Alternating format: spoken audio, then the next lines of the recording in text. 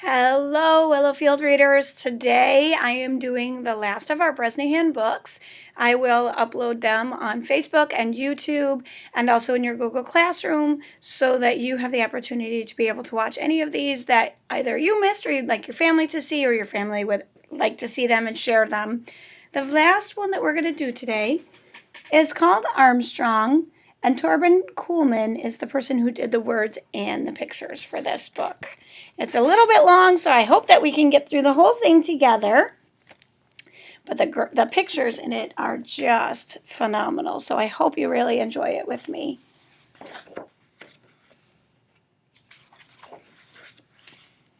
And I forgot to say, it's Armstrong, the adventurous journey of a mouse to the moon.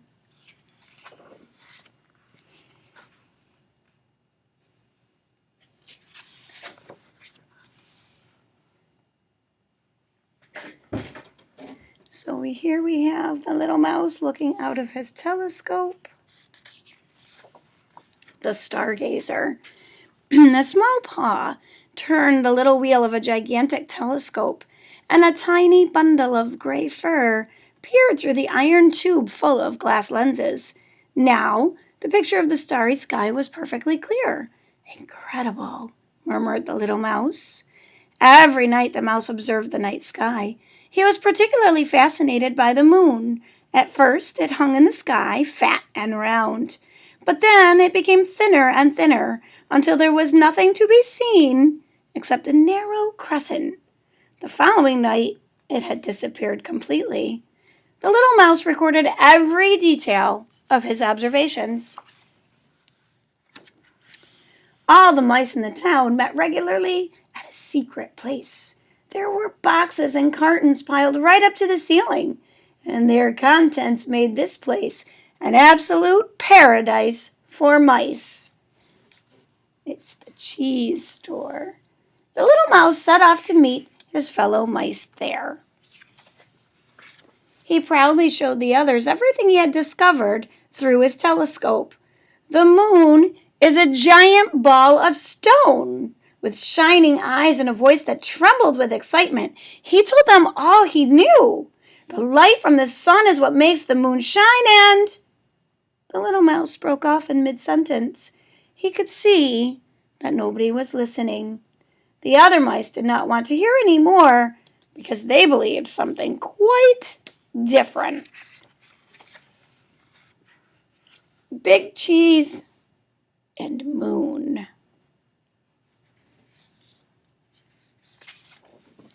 The tale of the big cheese. For mice, there's nothing more wonderful than cheese, spicy or mild, creamy or hard with holes in it. Cheese runs a mouse's life. And so for the mice, everything was crystal clear. The moon was made of cheese. How else could one explain it? The moon is a round ball and has holes in it. Sometimes it's as yellow as Gouda, and then as white as Camembert, or even reddish-orange like Leicester. Now, all of a sudden, the moon is supposed to be made of a ball of stone? The little mouse tried again and again to convince the other mice, and every day he reported his findings, but it was all in vain. One night the little mouse sat sadly on a box of Parmesan. He was all alone. The other mice had long since gone home. Pale moonlight shone through a small basement window, and it fell on his notes. And in the dim light, he found something. Somebody had sent him a letter. Not a big letter such as humans would write, a mouse-sized letter. Quickly he opened it. Inside the envelope was an entrance ticket. Smithsonian. The mouse could not decipher anything else, but under these printed words was a paw-written message. You are right. Come and see me. And so here is a beautiful spread of the mouse at the train station. A journey into the past. Nothing is too difficult for a clever mouse, said the little mouse with a smile. He had soon found out where the mysterious letter had come from, and now he was on his way to see his unknown pen pal. For a mouse that knew his way around the world of humans, even long journeys were no problem. He had decided to take the train. In his luggage, he packed some cheese and his notes. When no one was looking, he climbed into a pile of suitcases and jumped into a carriage. The guard blew his whistle, and the train rumbled on its way. "I wonder what I'll find there," murmured the four-legged passenger. And there he is at the Smithsonian. He's right down there. "Wow," cried the little mouse. His squeaky voice echoed through cavernous rooms. A museum full of human inventions. The little explorer trotted reverently through the hallway toward a staircase that led down to the basement. The rooms below were dusty and dark and packed with relics from past times. "Look!" he squeaked to himself. Someone had done a chalk drawing on the wall, portraying a little winged mouse, and below it was an arrow. The mouse followed the sign and found himself standing in front of a mouse hole. That's what he finds down below.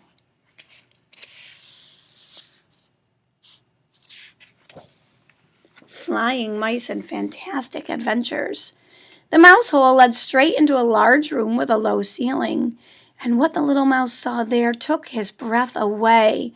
Flying machines, hang gliders, and all sorts of weird and wonderful apparatus hung from the ceiling or stood on the floor. It looked just like the human museum above, but these were mouse flying machines. "What is this place?" whispered the little mouse in awe.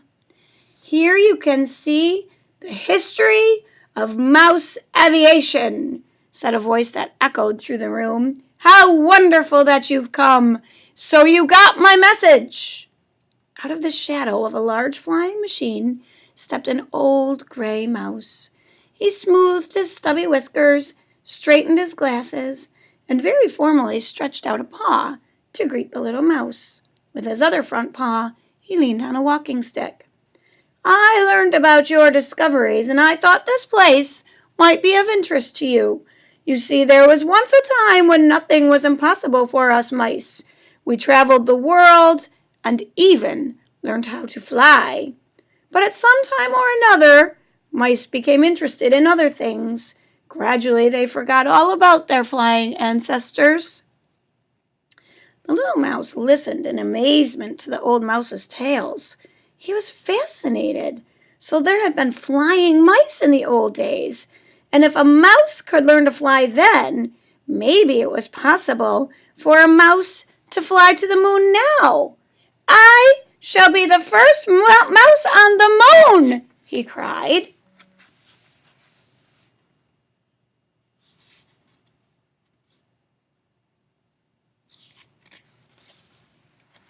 The next day, the little mouse traveled back to his hometown. His head was full of ideas and ambitious plans. The old mouse in the museum had given him lots of helpful advice. Study human knowledge. Some humans are really clever. And so the mouse spent the next few weeks in the municipal libraries, and sometimes he even slipped into the universities. But he soon found out that the moon was a lot farther away than he had thought. Nothing and nobody had ever flown so high before, higher than the clouds, higher even than the air one breathes. The moon circled in the icy, airless nothingness of space. And there he is up on top. The spacesuit. "So many problems to be solved," sighed the little mouse. But he did not allow himself to be discouraged.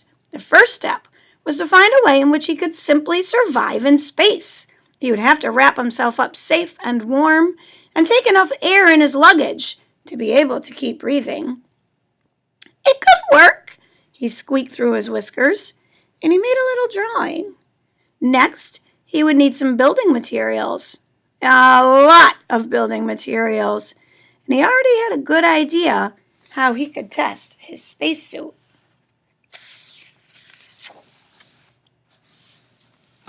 He's got some tin foil.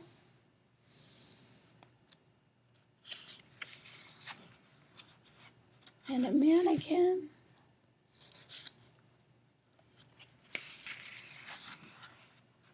And he's testing it out in the fishbowl. The space catapult. The spacesuit worked. The test was a complete success. The mouse would be able to breathe in space just as he could underwater. But the test must have given the goldfish the shock of his life. The next task was a lot more difficult. How can one get to fly so high? To take off from Earth and fly to the moon? Balloon? Airplane? For days and days, this question went round and round the little mouse's brain. Perhaps it might work with a big sling or some kind of catapult. Once again, he made a little drawing. I need a strong metal container and a lot of rubber bands, or something like that. It turned out to be simpler than he had thought. All he needed was to adapt an alarm clock and get hold of a special pair of tights. In no time, he was sitting inside his brand new space capsule, ready for his first test flight. And there he is, ready to send himself off. With a quick pull, the little mouse released the anchor. Boing! The elastic tights straightened to their full length and catapulted pilot and space capsule high into the sky. Everything was a whirl. The acceleration pushed the little mouse hard against the pilot's seat. "I'm flying!" he shouted, although he hadn't a clue which way was up and which way was down. The space capsule zoomed in a high arc over the roofs and chimneys. But, inevitably, the capsule began to lose impetus. "Oh no! Have I stopped flying? I'm falling!" cried the little mouse in dismay.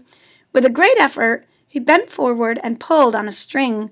There was a whee and a whoosh, and a white cloth shot out the back of the alarm clock, putting a brake on his downward dive.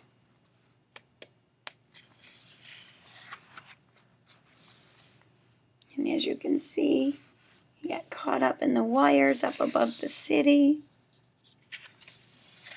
The rocket sled.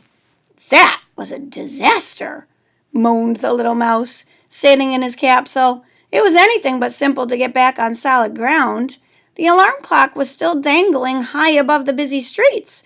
The parachute had gotten tangled up in a cable. The little mouse tied a few strings together to make a long rope and climbed out of his open-air prison.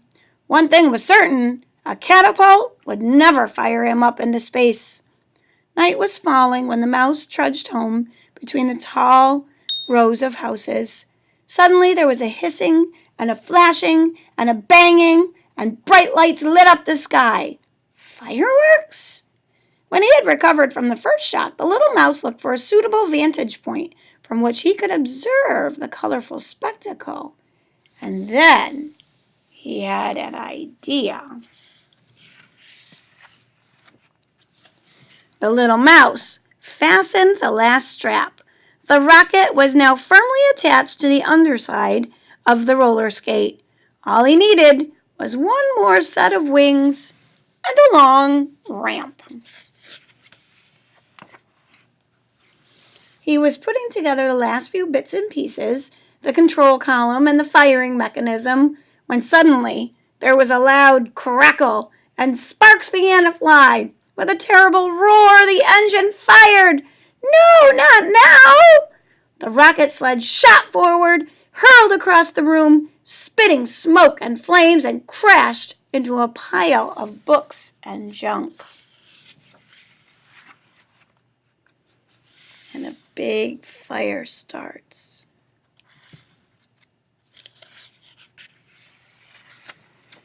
A cloud of thick black smoke billowed out of the windows. The whole attic was in flames. At lightning speed, the fire cut through the dry wooden beams. Notes and drawings on the walls instantly turned to ash. The terrified mouse could rescue only one of his designs from the raging inferno. Down in the street, sirens were wailing and men in big helmets were shouting to one another. "What a catastrophe," whispered the little mouse. Everything had gone up in flames. All his notes, the rocket sled, even his telescope. Sobbing his heart out, he crept away from the scene, sadly dragging behind him the one design that he had been able to save. The giant telephone was not easy to use. The little mouse needed all of his strength to dial the numbers. Ring! There was a ringing sound, and then a familiar squeaky voice answered at the other end. It was the old mouse from the museum. "I heard what happened. Are you all right?" the old mouse asked in a worried tone. The little mouse told him all about his adventures, from his first attempt to fly right through to the disaster with the rocket sled. "You must take more care," the old mouse warned his young friend. "We mice can easily get hurt." They talked for a long time. And one more thing, be on the alert. The humans have got their eyes on you now. And you can see here at the police station, it says, "Where is the mouse?" New York's mouse scavenger, red menace. Daily newspaper, fire downtown, mouse related. The rocket mouse. The little mouse was still furious with himself for not having been more careful, because in fact the rocket had worked perfectly. The engine was unbelievably powerful. It didn't need wings or wheels or anything like that. He wanted to try again. His rocket design looked extremely promising. He also found a new hideaway for himself. He had a fireplace and a chimney, which he could try out as a launching pad. First, though, he needed to get some new parts, but his thieving expeditions were dangerous. Men in long coats and dark floppy hats were popping up and sniffing around all over the place. What the old mouse had said was true. Humans were out hunting for the little thief and arsonist.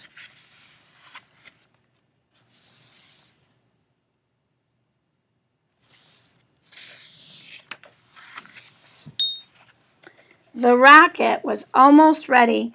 It stood there sparkling in the soot-covered fireplace, a tower of silver cans, each with its own engine. One by one he would fire them and shoot the capsule up to heights that had never been reached before. With a metallic click, the top section snapped shut, all ready for takeoff. The little mouse slipped into his spacesuit. The rocket was full of fuel. Cheese, bread, water had been safely stored on board. The mouse reached for his space helmet. Suddenly there was a rattling sound on the staircase leading to his front door. So here's the mouse in his spacesuit ready to go. And men and dogs are on their way up the stairs. "Darn the floppy hats!" moaned the mouse. Humans had found his hiding place. Panic-stricken, he raced back through the front door, skidded across the smooth floorboards, and reached the fireplace with seconds to spare. Dogs came chasing after him, barking and growling. The floppy hats shouted things he couldn't understand. He grabbed hold of his helmet, raced up the ladder, slammed the hatch behind him, and pressed a large red button. The capsule groaned and began to shake. The pressure forced the little mouse back hard into his seat. He could scarcely move. With a loud hiss, the rocket shot up through the chimney shaft and then through the chimney itself. A huge flame blazed from beneath the rocket, leaving a cloud of thick smoke behind it. The floppy hats were left standing there, faces black with soot. They crowded together at the windows, pressed their noses flat against the glass, and watched the sparkling rocket fly upward with the little astronaut on board. The mouse had escaped, but when they searched his hideaway, they found something else.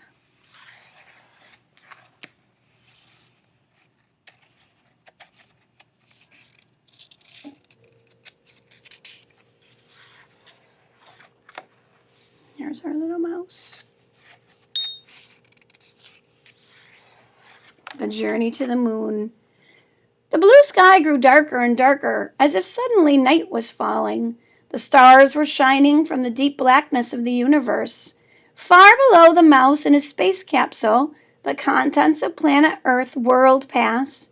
Oceans shone in the sunlight like a beautiful blue-green jewel, whispered the little mouse admiringly.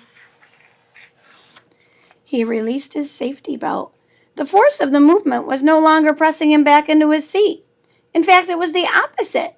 He now floated weightlessly around the little capsule, accompanied by his helmet and a few bits of cheese.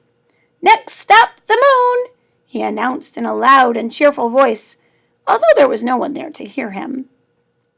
He could see the moon through his peephole. Small and round, it hung in front of the starry sky, but as each day passed, it became bigger and soon no longer fit in the window.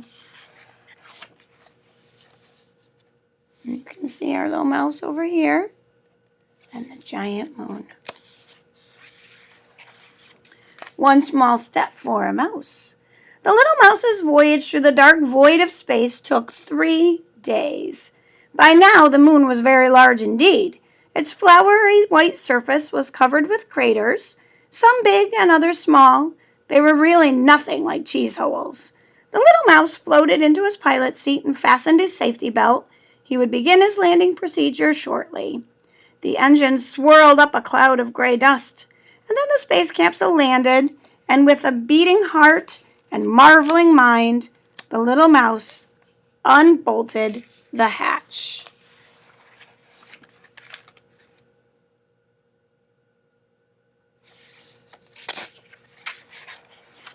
With unexpected ease, the little space mouse bounced over the dusty surface of the moon. Tiny hops turned into giant leaps up here. He studied the craters all around the spot where he had landed, and he examined the moon rock. "I'll take this piece of stone with me," he squeaked, "as evidence to show the other mice." After many hours of research, he climbed back into his space capsule. Without a sound, the flying machine took off. Left behind were countless paw prints and one very special flag. After 3 days, the little mouse returned to planet Earth. He didn't need his rocket anymore. With a quiet hissing sound, it freed itself and floated silently away. The tip of the space capsule went plunging toward the Earth, and the capsule began to glow. The return of the moon mouse. The space capsule, now somewhat blackened, slid down through the clouds on 3 red parachutes. Inside sat a very relieved little mouse. "I'm home again," he cried joyfully. Bump! The capsule hit the ground. The little mouse unfastened his safety belt, unbolted the hatch. Fresh air gushed into the capsule. He stuck his head through the round opening, and what he saw then moved him almost to tears. Welcome back, Moon Mouse. One big step for mankind. The little mouse was very happy. His mission had been a complete success. It was not long before the story of his space adventure was being told to mice all over the country. There was not a mouse now who believed the moon was made of cheese. And the humans, most of them knew absolutely nothing about all the excitement in the mouse world. However, just a few were soon sitting with whirling brains over the mouse-sized rocket designs, and in due course, they also came up with a wonderful plan. And so, on July 21st, 1969, the first human stepped onto the surface of the moon, but scarcely anyone knows what he found there. You can see the flag the mouse left. Of course, there were some who knew about the little moon mouse, and they named him Armstrong.